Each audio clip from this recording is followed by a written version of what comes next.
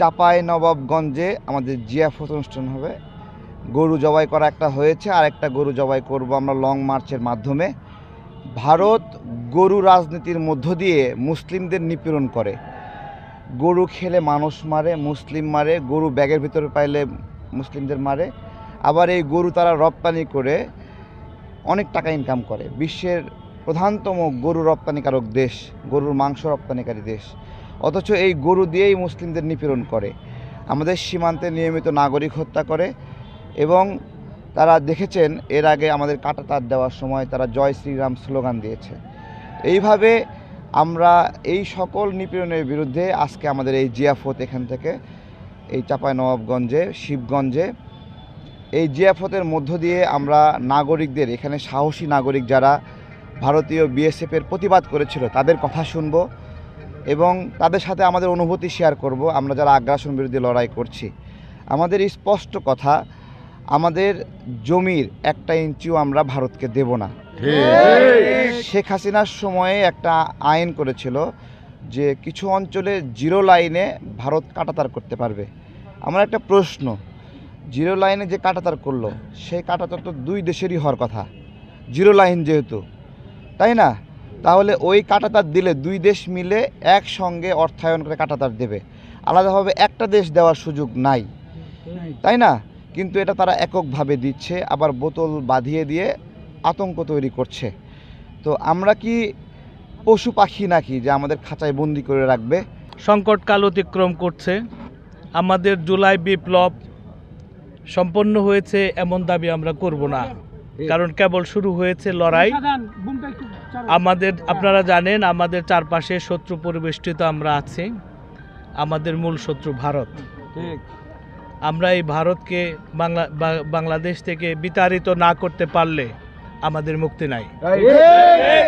আমরা ৩২ নম্বর ভেঙেছি, তার প্রভাব অতি সুদূর প্রসারী।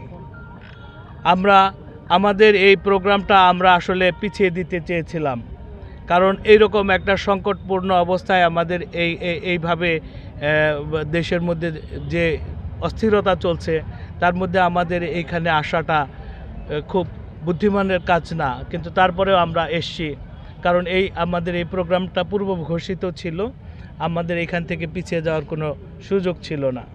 এই জন্য দেশবাসীর কাছে আগে আমরা যে দুঃখ প্রকাশ করে নিচ্ছি, কারণ ৩২-এর ঘটনা এভাবে ঘটবে আমরা আশঙ্কা করতে পারি, আশা করি নাই। খুনি শেখ হাসিনা যেভাবে দীর্ঘদিন ধরে এখানে উস্কানি দিয়ে যাচ্ছে ভারতে বসে, এবং তাকে প্রতিহত করার জন্যই আমাদের ৩২ ঘটনা অনেক গুরুত্বপূর্ণ। আমরা বলে দিতে চাই, ভারত এবং তার দোসররা বাংলাদেশে কোনোভাবেই ঠাঁই পাবে না। আমরা তাদেরকে যে কোনো মূল্যে প্রতিহত করব। আমরা এখানে আসছি সরকার পানির ন্যায্য হিস্যার দাবিতে, ফেলানি সহ সকল সীমান্তে নিহত শহীদদের যে আত্মার মাগফিরাত কামনার জন্য এখানে আমরা জড়ো হয়েছি। আমরা একটু পরে লং মার্চ শুরু করব তাদের উদ্দেশ্যে। আমরা গরু জবাই করে জানিয়ে দিতে চাই হিন্দুত্ববাদের কর আমরা এখানে রচনা করব। সবাই বিশ্ববাসীকে বার্তা দিতে চাই, ভারত এখানে কোনো দাদাগিরি করতে পারে না। আমি আবু মুস্তাফিজ, আমি বাংলাদেশের জনগণের পক্ষ থেকে বাংলাদেশের জনগণের মুখপাত্র হিসেবে কাজ করছি।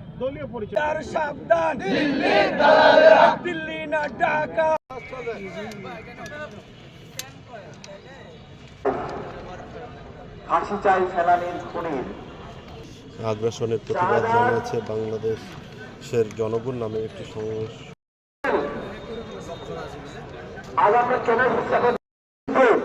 আমরা ঐক্যবদ্ধ একটা লড়াই করছি, চাপিয়ে দিতে চাই। একইভাবে তাদের আরো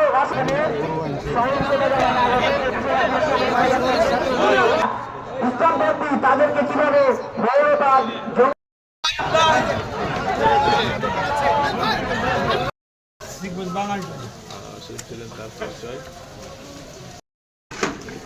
ভাই আপনি কতদিন থেকে রান্না করেন?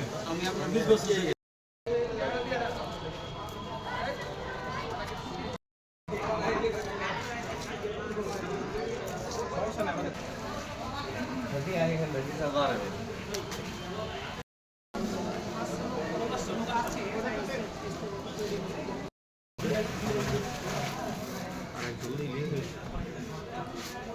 বলে এই ছুটিয়ে ভাই সব ছুটিয়ে একটু হাতে পালে ছুটিয়ে নেন